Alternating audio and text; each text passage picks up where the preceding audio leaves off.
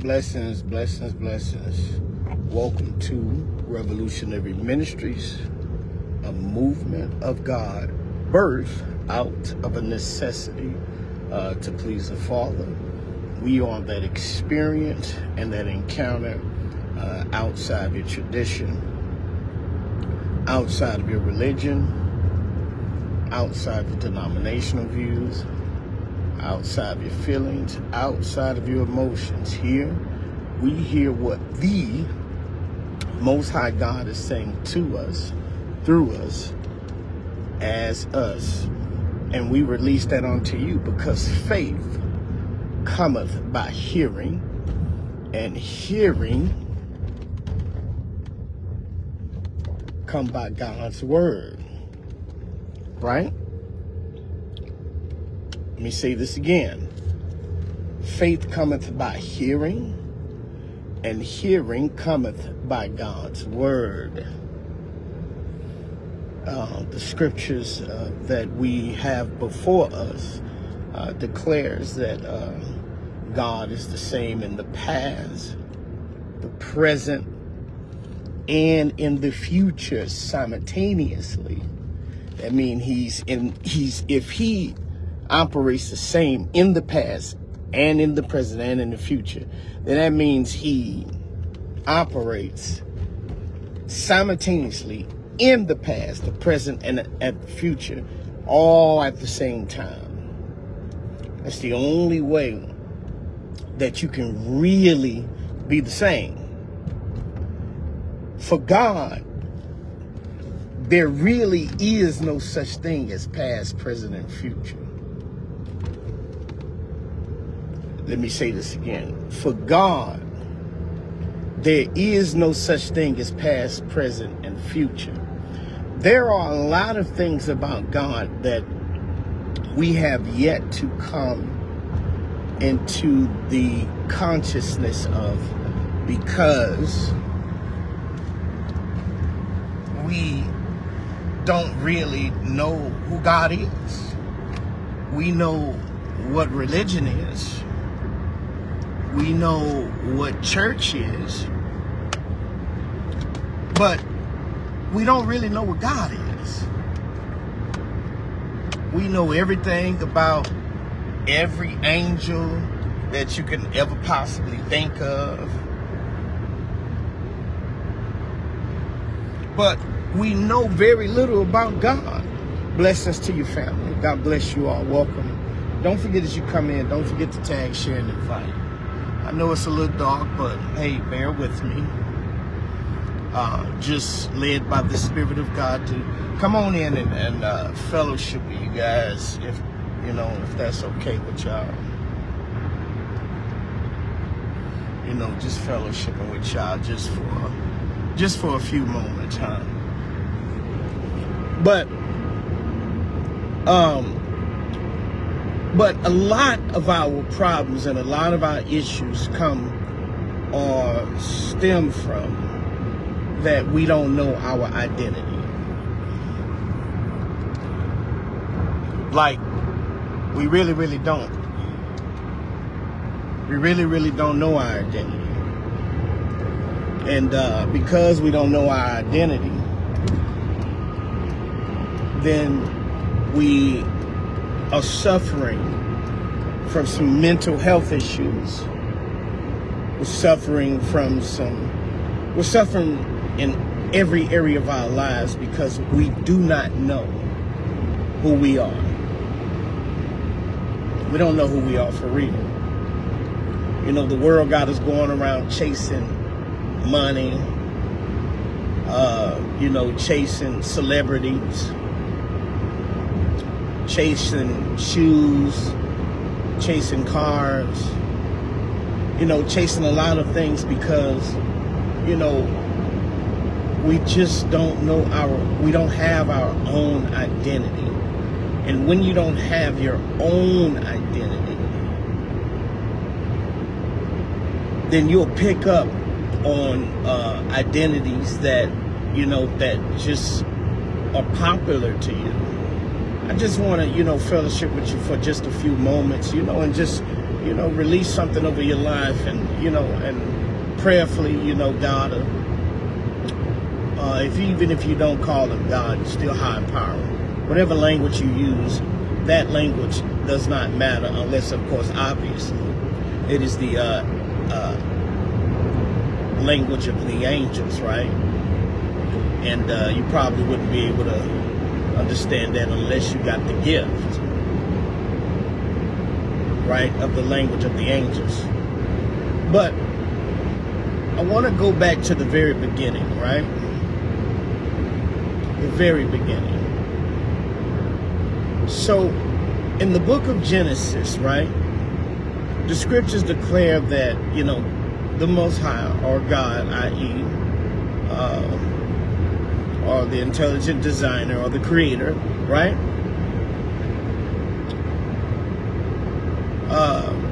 decided that, he wanted to extend himself. And so he created a whole entire world, a whole entire realm, as we know it today, called Kai, called Earth, called Tiamat, whatever you call it, doesn't matter. But this force created this realm because he wanted to extend himself, right? For all intents and purposes, he wanted to extend himself, right? And the reason why I say that God created these things to extend himself is because after he created, this realm we call Earth, and most of the things that are in it, or recreated it, most of the things that are in it, then he decided to create this man, in his own image. And the scriptures declare that he created this man in his own image, right? And then he gave that man, or that being that he created, purpose. You can find that in the book of Genesis. He gave him purpose. You can't exist in anything without purpose, right? Without a purpose, you can't really feel comfortable about where you are at, unless, of course, you have a purpose. And so God created the earth, this realm, gave Atum his purpose, put him in this realm, right? And then he told him, hey, since I gave you purpose, now everything that I send to you, I want you to give it purpose as well, right? And that's what the naming of the of all the animals was about. That was the naming of all the animals about. The naming of all the animals was about giving it purpose. And purpose simply means to give it instructions, or to rather tell it what to do. Give it its responsibility, give it its task, give it its reason for being here in this garden, right? And so as Atum, or Adam, began to operate in that purpose, the grand creator, the grand designer, i.e. God, or Elohim, decided that, wait a minute, hold up, time out. He looked at Atum and he said, you know what, it's not good for you to be alone, and this is what's recorded in, our documents that we have. He said it's not good for you to be alone. It's not good for Atum to be alone.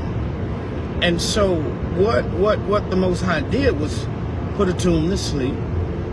And our reason and our logic, for God putting Atum to sleep, right, in the middle of his purpose, is so that while giving everything its responsibility in this task, that Atum wouldn't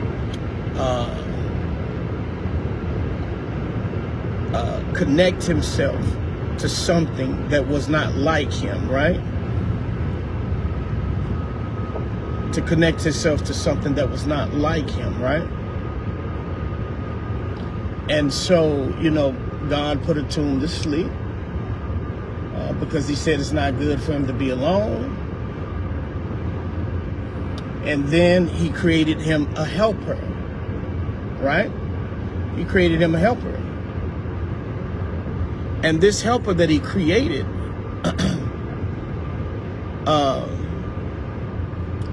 he didn't create this helper from a dog. He didn't create this helper from a cat. He did not create this helper from the ground. He literally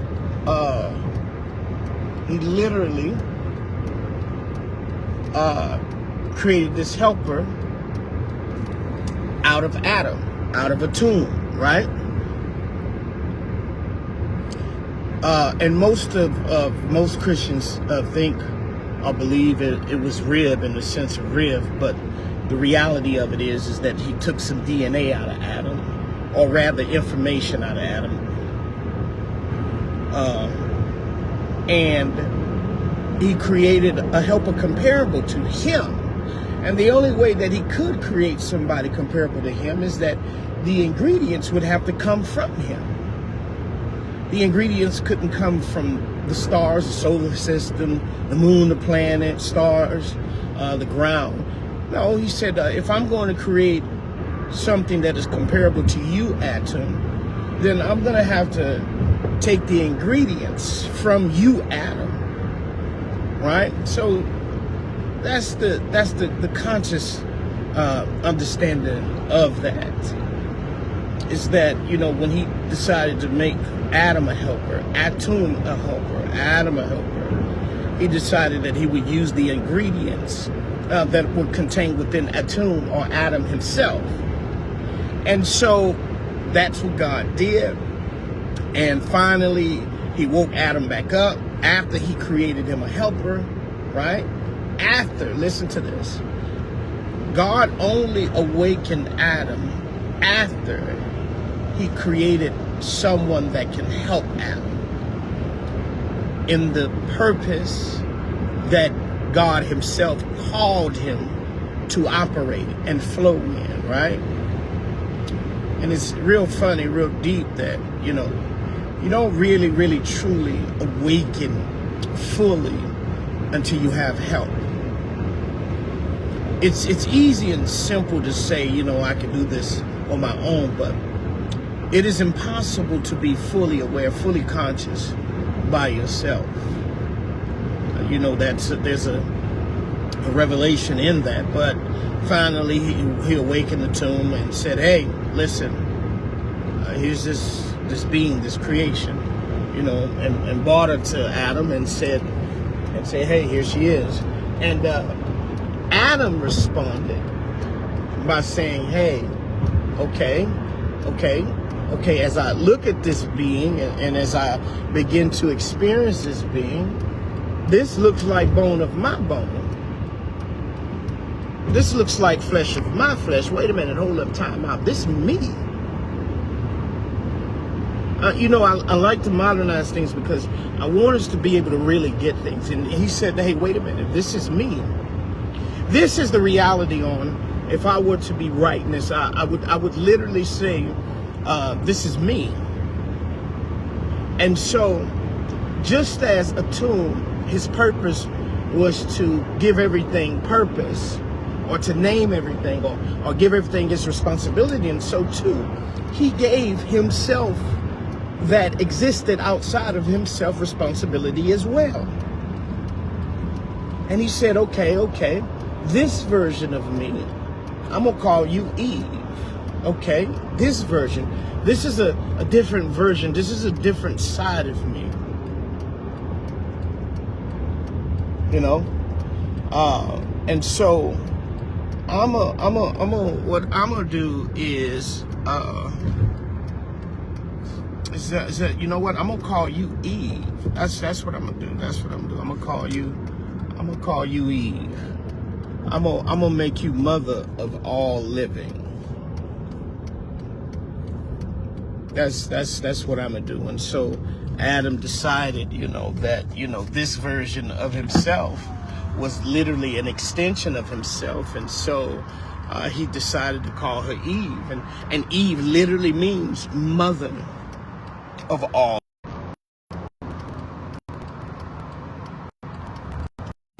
And so he decided, hey, look,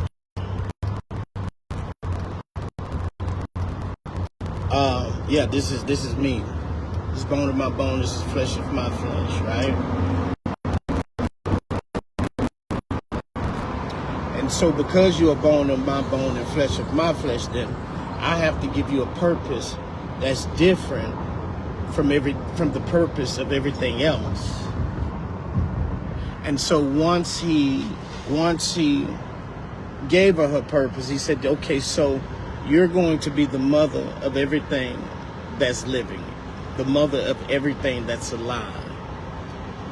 And mother really means nurturer. You're going to be the nurturer of everything that's alive. And remember, he didn't limit it to just people, right? He said, okay, you're going to be the mother of everything alive. And remember, from a first century paradigm, a first century perspective, it was thought that Earth itself was alive. And most of us, we don't view the Bible through this perspective. We don't view the Bible through this paradigm. And unfortunately, because we can't view the Bible through this paradigm, this perspective, we lose the essence, or we lose the divinity that is contained within it, right? And what it's trying to explain to us, right? So when he said that, hey, Eve, you're going to be the mother of all living, that wasn't limited to children. It wasn't limited to kids. When he said you're going to be the mother of all living, he literally, legitly meant that she was going to be the mother of all living, everything alive. That means the trees, right? That means the water, right? That means the flowers.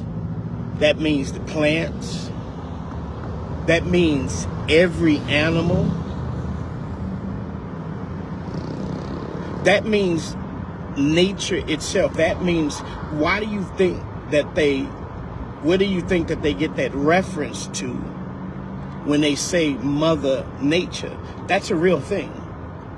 And I know Christianity, it shuns that and it frowns upon it.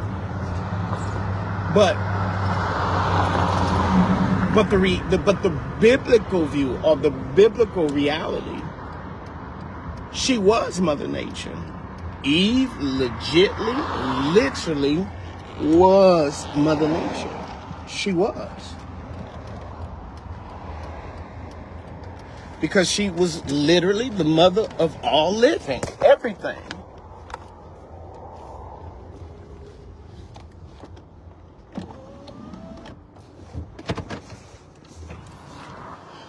She literally was the mother of all living. That's why I say we're gonna take you back just for a few moments, because it's important that as we begin to start finding our identity, or coming into our identity, we must look at our identities independently and as well as collectively, right? Independently and collectively. It was Atum's job or purpose to make sure that everything that is alive know its purpose, or everything that exists within his atmosphere knows its purpose, knows its function, right? Because that's the point. To exist anywhere, you have to know, you got to know your function. You have to know your purpose. You have to. You got to. Right? And so Eve became the mother of all living. But I want to backtrack for a few moments and look at one thing that the Most High said, or God said. He said, he looked at a tomb and he said, well, you know what? It's not good for a tomb to be alone, right? And I want to question that just for a few moments, right? So why would God, or the Most High God, who's surrounded by whatever, whenever, you know, at any given point, at any moment, you know, heavenly hosts, principalities, powers, rulers, and everything else, right? Why would he look at Adam, which was created in his own image, and say, you know what? It's not good for you to be alone. And so everything, I'm going to say this again, and I want you to hear me.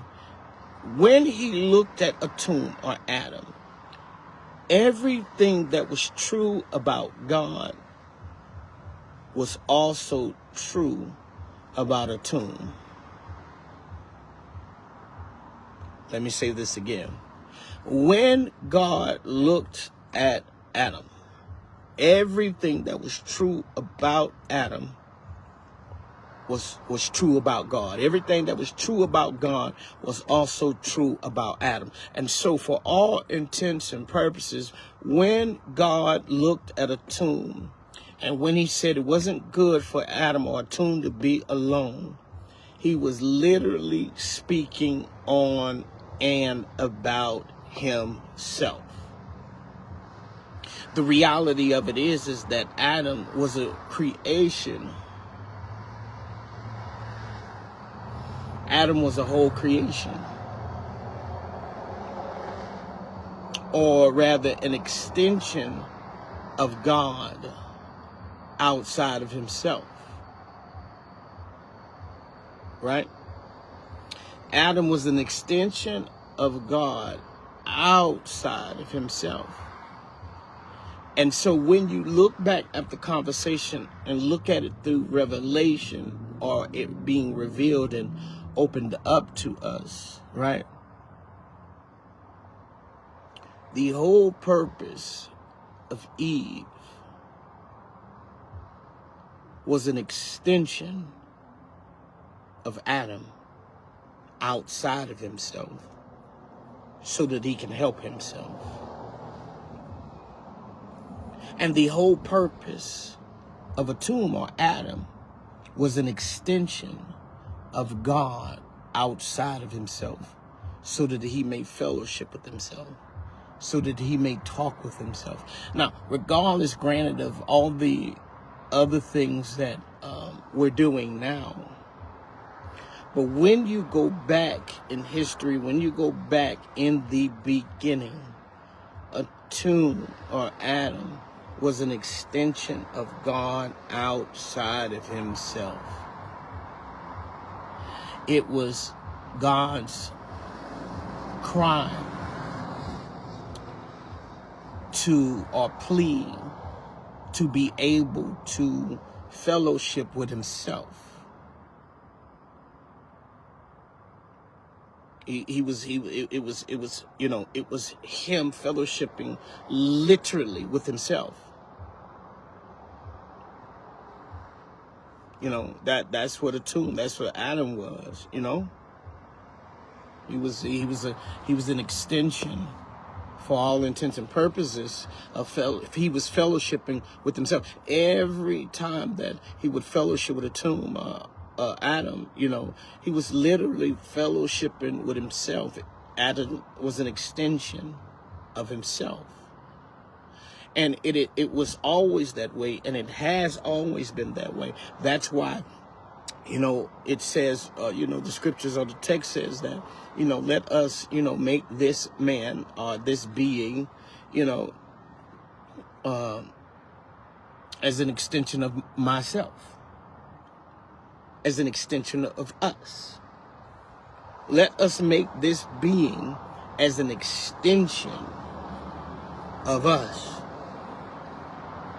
And then not only let's make this being an extension of us, let us put this being in different situations and see how we would respond to these different situations.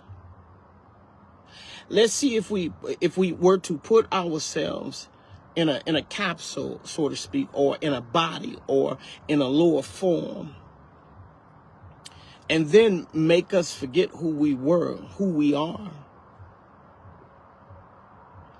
Could we awaken? Could we wake ourselves up? How would we respond? And what we fail to realize is, and what we don't know is that, God can do whatever he wants to do, whenever he wants to do it. We make God worldly, and we make God think like us. We make God sound like us. We make God feel like us. But God don't feel like us. God doesn't think like us. What we may consider to be bad, corrupted, and evil, and messed up, for God, that is not the reality of it, And our example for that lies in the question, lies in the question, is our lungs good or our lungs bad? Because we're going to have to awaken to these things on a deeper level, right? Are our lungs good or bad?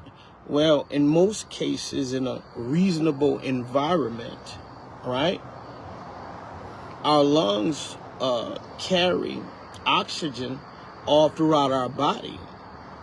They carry the blood cells, through the circulatory system, or through the system, or through the body, right? So in all intents and purposes, the lungs keep us alive and keep many of our body parts alive. But if you take those lungs and put them underwater, or if you put those lungs in a smoky room, then those same lungs that are designed to keep you alive are going to be the same lungs that's going to kill you. So at the core, we ask this question again: are our lungs good or are our lungs bad? And with reasonable thinking or sound thinking, you would have to say neither, because the lungs only operate, function, and flow in purpose. They are neither good nor bad. And it would be wrong to label something that's just operating within its purpose. It would be wrong to label it good or i.e. bad. It would be wrong, because it was born to do simply that which is what it's doing. And if it tries to operate any other way or do any other thing, then it would cease to exist. If the lungs were to stop working and operating and functioning and flowing properly, then they wouldn't have a purpose in your body. You see what I'm saying? It wouldn't have a purpose in the body. There are body parts, that exist within the body that scientists say, well, there's no purpose for them anymore, so we can go ahead and cut those things out. Yeah. Won't need to be there.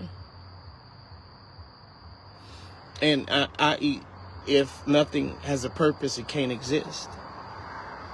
If it does not have a purpose, then it cannot exist. It can't.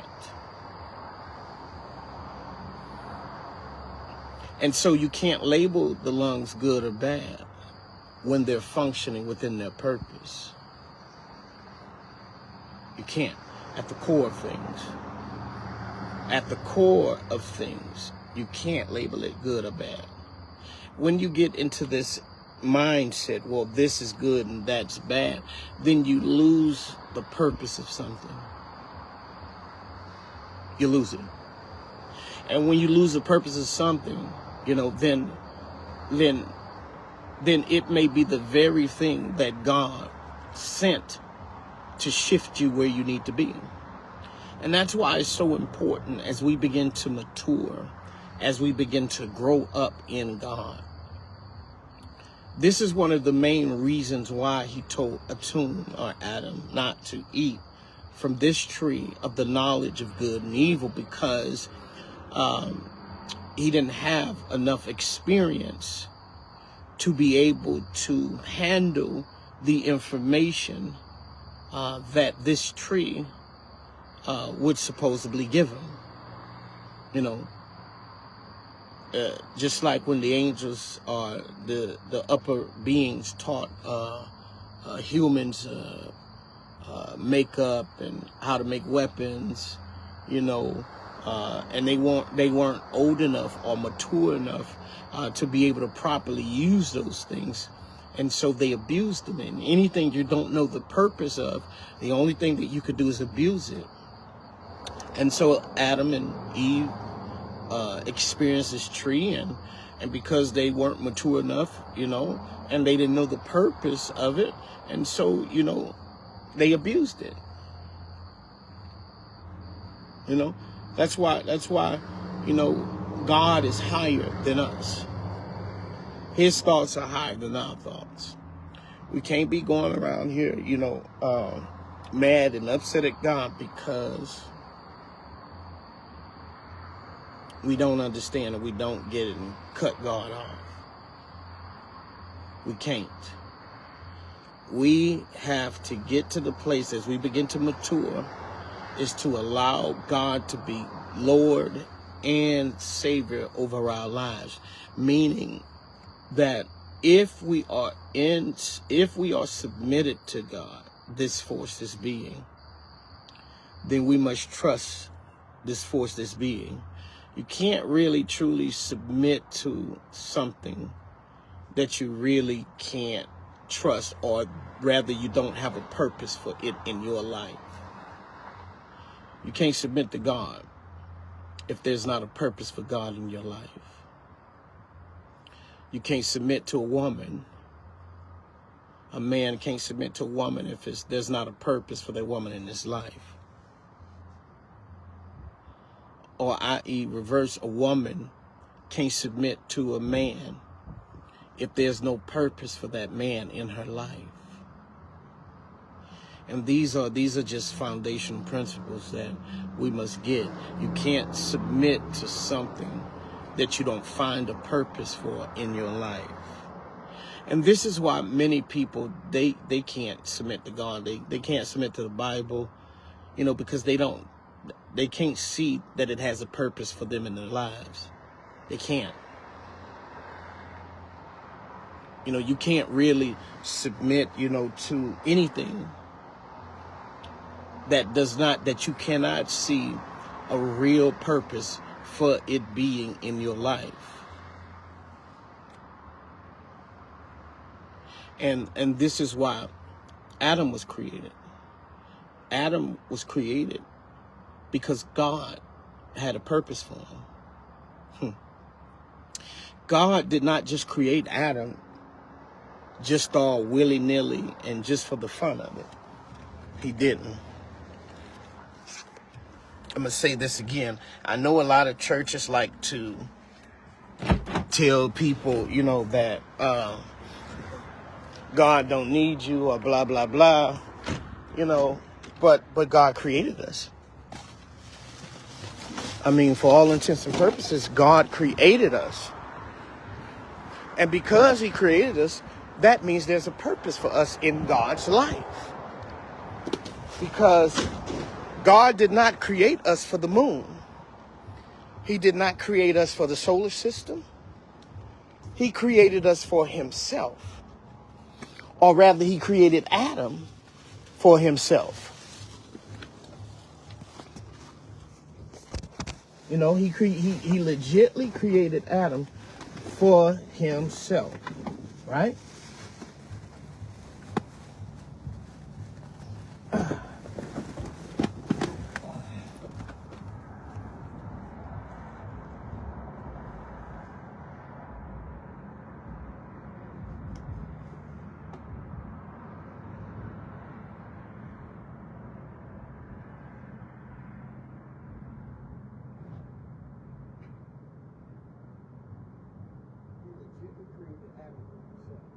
So that means there's a true and a real purpose for Adam being in God's life.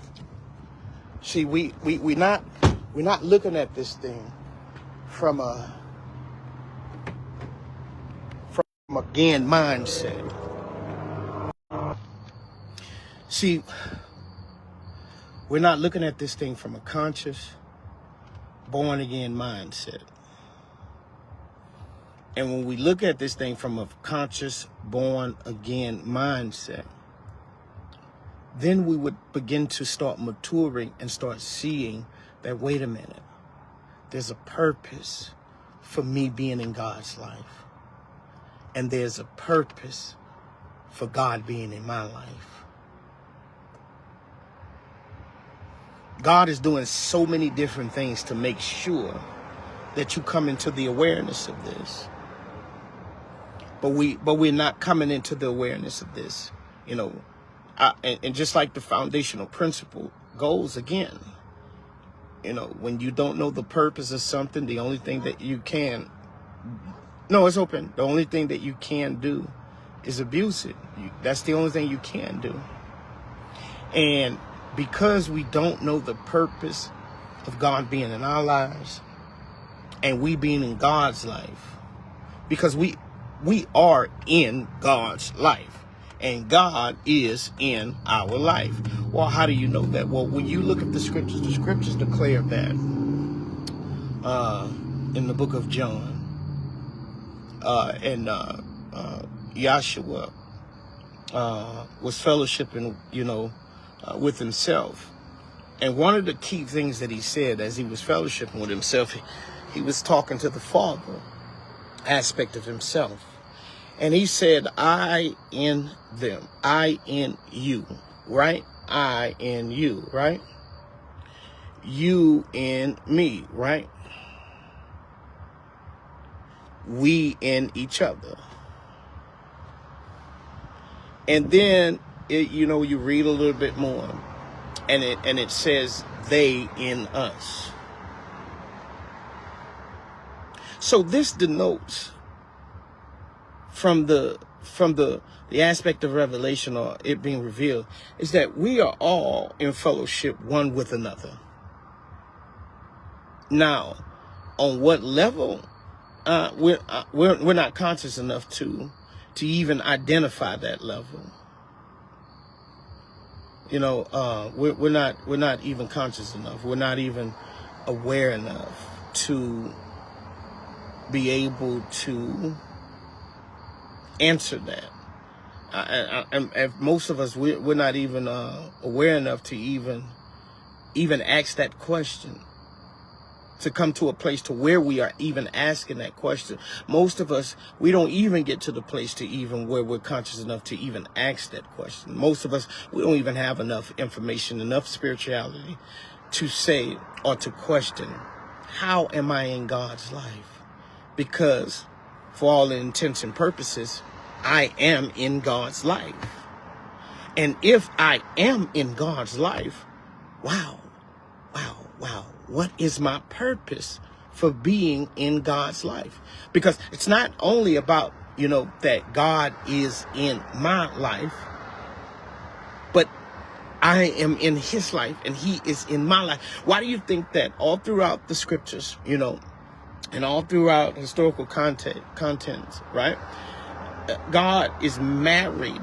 He looks at this relationship like it's a relationship. And it says he's married to the backslider. You know, he's married. This is a marriage covenant.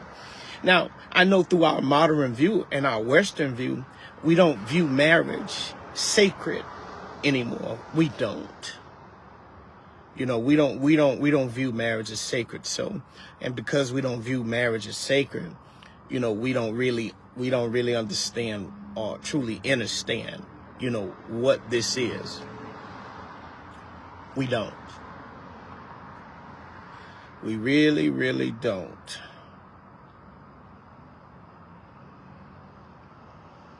And that's why we must sit down for a little bit and begin to start asking those questions. We must start asking ourselves those questions because, you know, the answers require us to ask the questions, if that makes sense. Let me say this again. The answers require us to ask the questions. And without asking the question, the answer won't come. Because for all intents and purposes, it is the answer that makes you ask the question. Okay? On its simplest form, on its simplest wave. And this is why when you look at the scriptures, right? And some of the scriptures declare that I, God, I declare the end from the beginning. I declare the end from the beginning. Meaning, I've already given you the end, right? You got the end. And so, from the beginning, I already gave you the end. So this means you know all the answers already. Like I say, I modernize things. So if God has given us the end from the beginning, then that means we have all the answers already. We just need to ask the right questions. And our problem is that we're not conscious enough to even, or aware enough to even ask the right questions. If you were to get into the presence, you know, of a almighty being, like in real life, and you had one question to ask, you know, I don't even think you'd be conscious enough to ask the right question.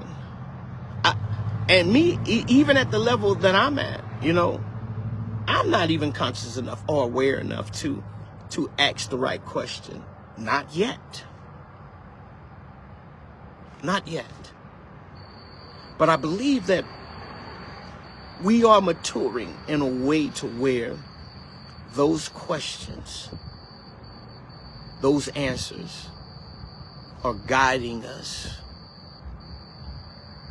in a way to where we can start asking the right questions. Because when you look at the book of James, James says, you know, you have not because you ask not, right? And then it goes on to say, well, and on the deepest level, even if you do ask, you ask amiss. You know, meaning consciously, meaning you're not asking for the right stuff. There is something that belongs to you, and that thing will come to you when you ask for it, right? And so you can't ask for what you don't know that belongs to you, because we're not aware yet. We're not aware enough. We're not conscious enough yet. That's what it means to ask amiss. And many of us, we don't have those things because we're asking amiss. Meaning we're not conscious enough, we're not aware enough, we're not godly enough to be able to say, oh, okay, that's what you want me to ask for. Oh, okay, that makes sense. And see, when you ask from this awareness, from this level of consciousness. Now, I know somebody may be sitting there and say, well, the scriptures say in James, blah, blah, blah, if you say to the mountain and everything's going to come to you. Well, unfortunately, it's not happening. And I'm breaking it down why it's not happening.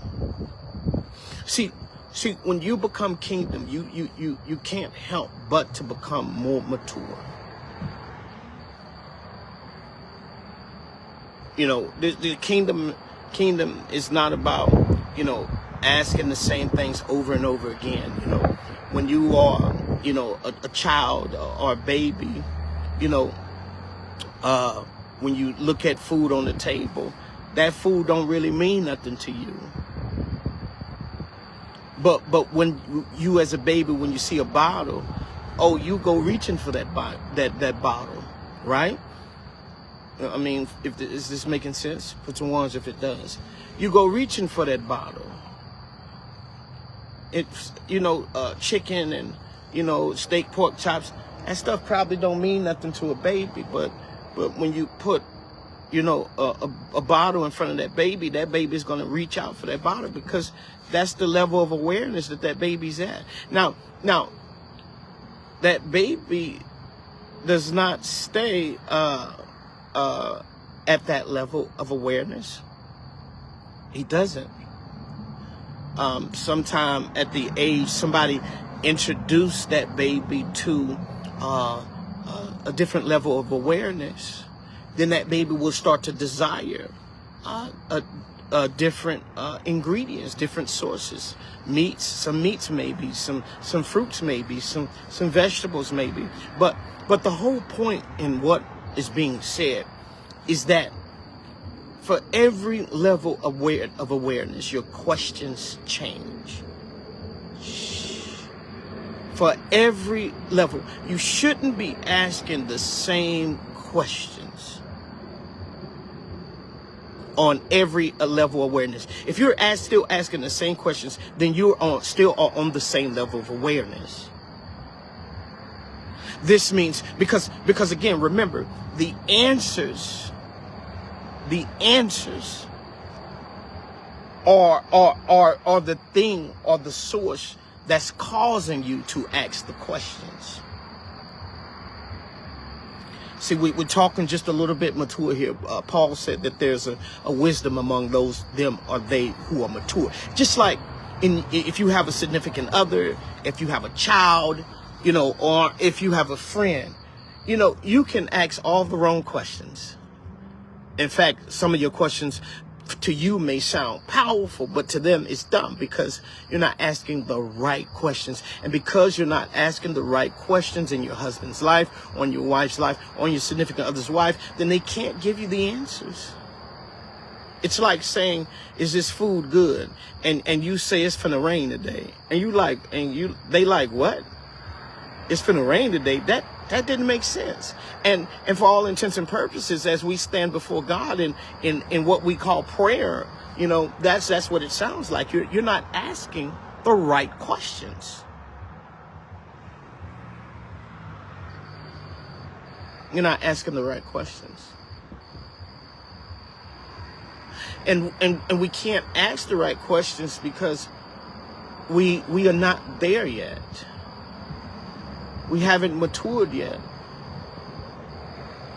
You know, there were questions, you know, that I had for God, but as I began to mature, I forgot about those questions. They were irrelevant as I began to mature.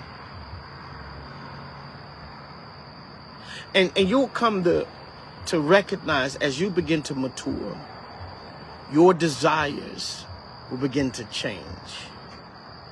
As the Spirit of God begins to grow up in you, and you grow up in the Spirit of God, you know, things will change. They have to. And that's what it means, that the Spirit of God will lead you into all truth. You know, that's one of the things that the Spirit of God is responsible for, is to lead you and to guide you into this truth. Because there's lots of truths that exist. But the levels that we are on We're not ready for those truths. And let me give you an example, a modern day example of things that we are not conscious enough, that we are not aware enough. So we've been living in this Western world for all our lives, right? And so in this modern world, or this modern view, and so when we drive up our streets, we have highways, we have streets, right? We have running water, right? We do, right? Get me? Let's get this at the foundational, right? We have lights that stay on all day, water, flowing water, all day and all night. And so if you were to take one of us and put us in a third world country, and we were to walk around there for maybe about a month, or maybe live there for about a year, everything that you look at will be grotesque to you. Everything. Everything.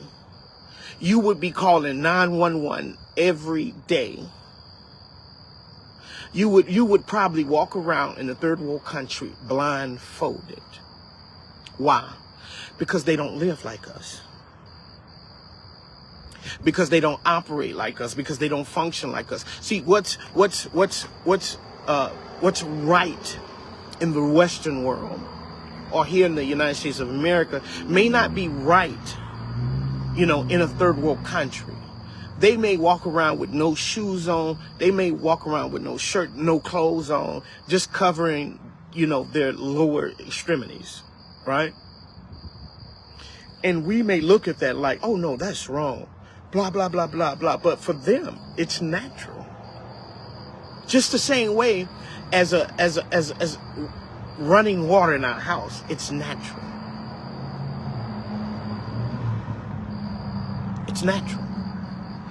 And so what that simply means, and what the Spirit of God is trying to make us come into the awareness of, is that, on some levels of awareness, there will be some things that may seem wrong to you, but as you begin to mature and grow up in God, you'll realize that, wait a minute, this is natural. This is natural.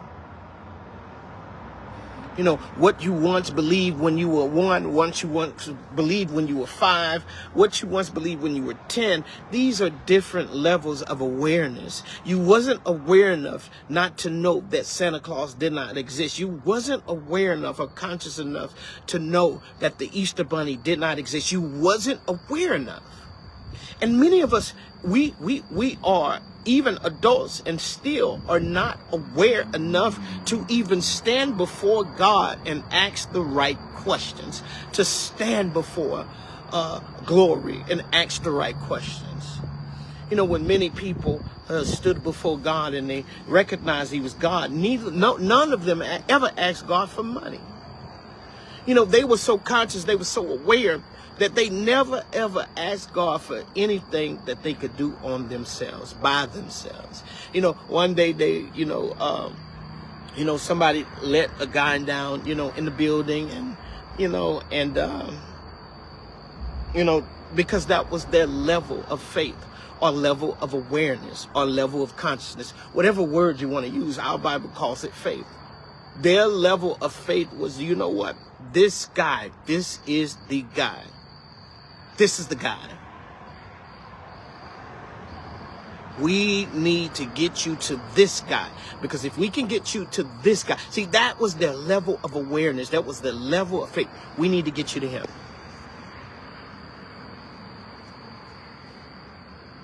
And sure enough, bet your bottom dollar, Yahshua said, your faith made you whole. Sure enough, and that's the walk. This walk is about maturing you so that you can ask the right questions. This walk is about maturing that which the seed that God has placed within each and every last one of us, so that it can grow to produce the fruit that it's supposed to produce. Many of us, we're just like a tree, right? If you eat a grape that's not fully developed, or if you eat an apple that's not fully developed, if you try to indulge in a fruit or a vegetable, that has not hit its peak, that it has not hit its core, then it will probably, for all intents and purposes, do more damage than good.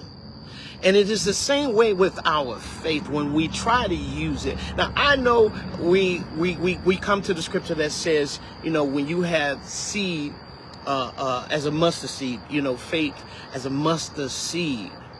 But it wasn't talking about just eating the seed.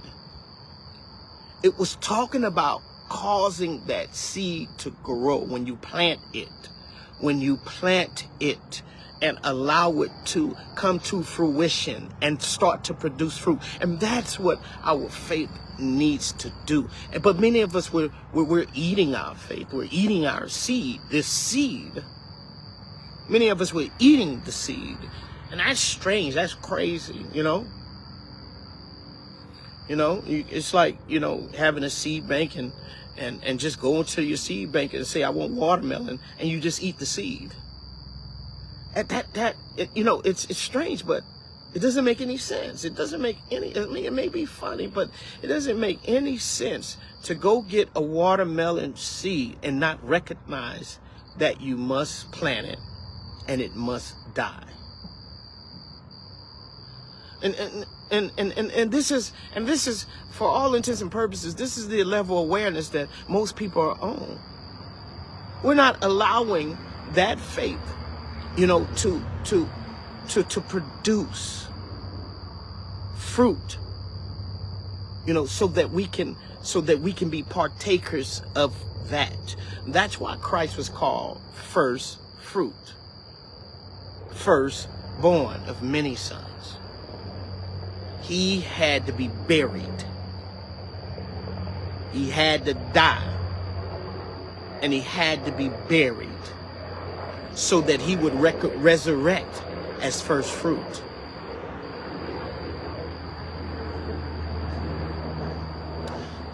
Spirit just led me on here just to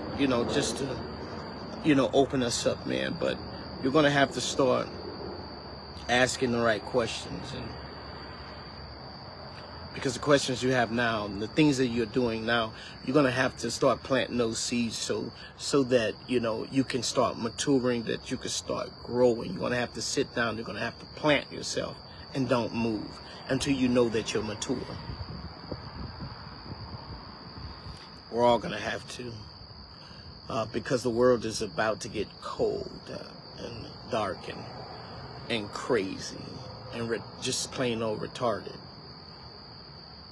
Some of the things that goes down the timeline, what happens on the news, it's just getting out of there. But anyway, let me go into this restaurant. Don't forget, you guys. I'm praying that that you awaken to be able to plant that seed, or to grow your faith to a place to where it produces fruit at a conscious level, at a level of awareness to where all our needs will be supplied according to his riches and glory, according to the power that is at work within you. Listen, Jesus loves you, men and women of God, and so do I.